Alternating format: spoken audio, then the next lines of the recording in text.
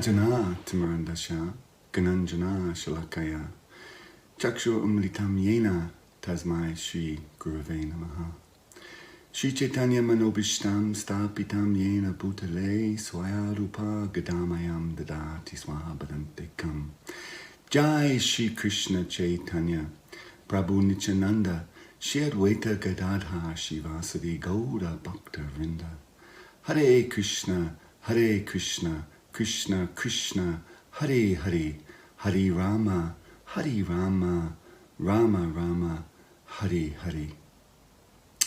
Hare Krishna, everybody. And it's a little bit of a bittersweet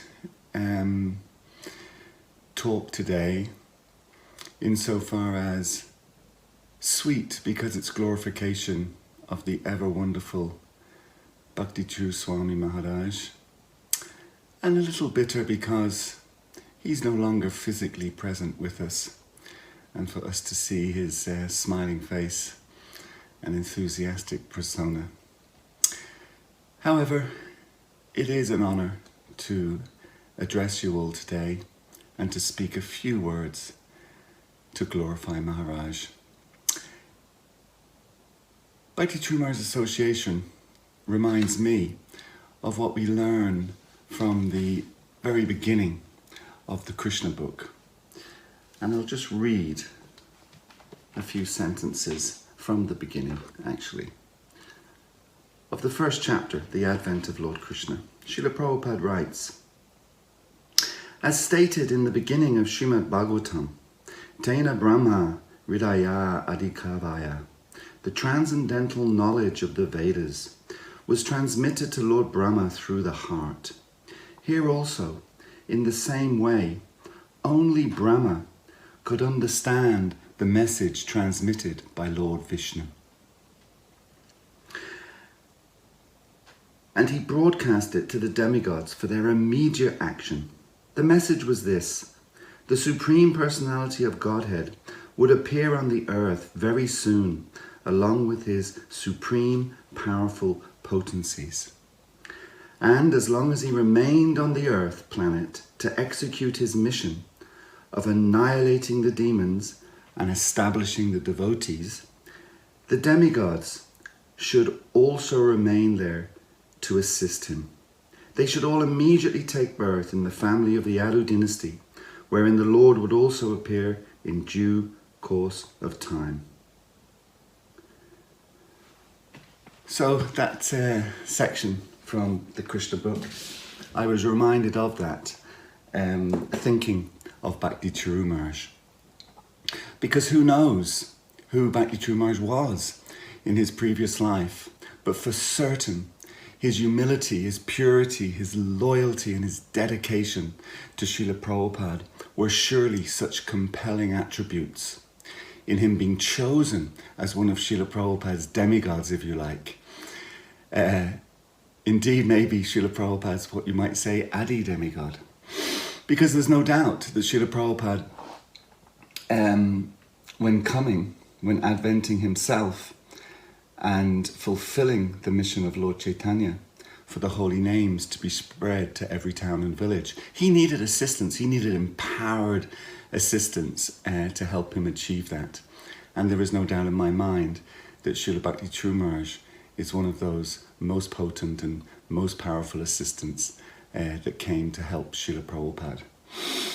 And in addition to those same qualities which resulted in a glorious devotional life in ISKCON for Bhakti Charu Maharaj, but also now a legacy that will live for longer than I guess all of us put together many times over.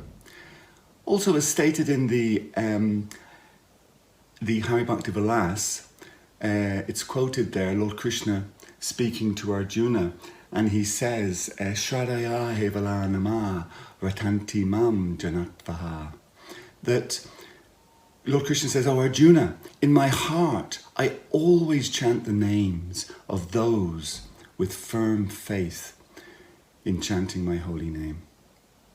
So I think we can also take great solace on that from that statement, that Lord Krishna is also today chanting Bhakti Charu Maharaj's name, just as we are, and glorifying his wonderful devotee. Bhakti Charu Maharaj, he was such, I learned so much from him actually. He was such an incredible listener. He was so patient. He was so thoughtful and kind-hearted. And actually, not just kind-hearted, but extremely soft-hearted.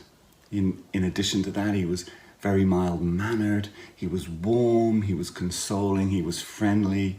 He was enthusiastic. It would be very hard for me, actually, not to associate all of the 26 qualities of a devotee, all of the 26 qualities of a Vaishnava. Very hard for me not to associate all of those qualities with Bhakti Charu Maharaj.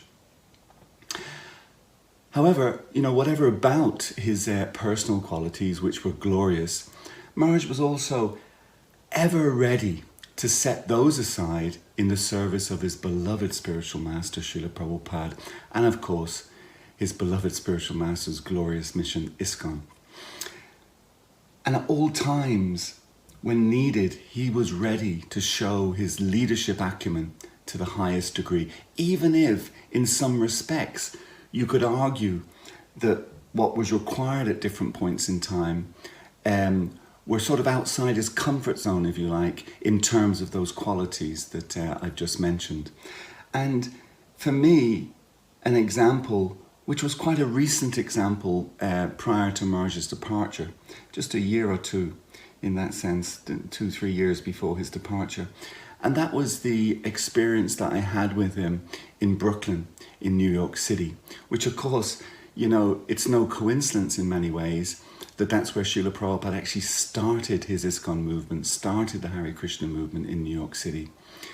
And without getting into all the details, I would just say, at one point in time, in the pastime of Brooklyn, a few years back in New York, Maharaj, he very much exemplified that proverb that Prabhupada would quote sometimes, saying that someone had the heart of a Bengali mother and the courage of a lion. And I think that was so attributable to Bhakti Charu Maharaj in this particular situation, when he literally led the charge in Brooklyn. We could even possibly use the term Brook Lion. He was so courageous in what he did, because he volunteered to deliver the removal notice to the incumbent at that time in front of all the incumbent supporters. That's literally going into the lion's den, and can be a very challenging situation. As soon as he did that, began to do that, the electricity was promptly switched off, which meant the microphone that Maharaj was using was also switched off. But just as a candle in a windless night, Maharaj remained steadfast and was unaffected by those externals, and remained both fearless and resolute in purpose. And of course, he won the day. Glorious, glorious example. So I, along with all the devotees across the planet today, and not just today, I guess, but certainly today, will ever remember and be ever indebted to the extraordinary contribution that Bhakti Charu Maharaj has made to this world. His lasting legacy will surely be how much we all embrace his example as a perfect Vaishnava gentleman, and his absolute loyalty and dedication and constant service to his Guru and his Guru's mission. On a personal note, for me, Bhakti Charu Maharaj is and will remain my guiding light in life. And I know as long as I can keep sight of him and hang on to his coattails, my life will also be successful, and probably more successful than I could ever have dreamed of. So, thank you for everything, Maharaj. Thank you, thank you, thank you for being such a wonderful guide, and for this lowly soul, such a dear, dear friend who I could always rely on and always call on whenever I was facing challenging times. So really, from the bottom of my heart, Maharaj, I really want to thank you for your sweet, sweet friendship. And yes, I'm missing your Vapu. I'm really, really missing it. How could I not miss that? It's a big wrench, actually, and it's a big hole in, not just mine, I'm sure for many, but I'll speak for myself, a big hole in our lives, just not to have you there anymore. as I say, in your personal form like that. And, you know, for souls like me who are not so advanced, always exclusively having to rely on your Vani, you know, it's that's a little more challenging. Your Vapu was just so sweet and so instant, and had such an impact on me right from the very get-go. But still, I'm so grateful to be able to still take shelter in your Vani, and most of all, I'm able to cherish all of the wonderful memories that you so kindly allowed me to be part of. I will never forget those, Maharaj. I thank you so much for them. And I just want to honour you today as best as I possibly can. And I just hope and pray that in the service of Srila Prabhupada and in the service of Lord Krishna, that I will get your personal Vapu association someday in the future. Thanks again, Maharaj.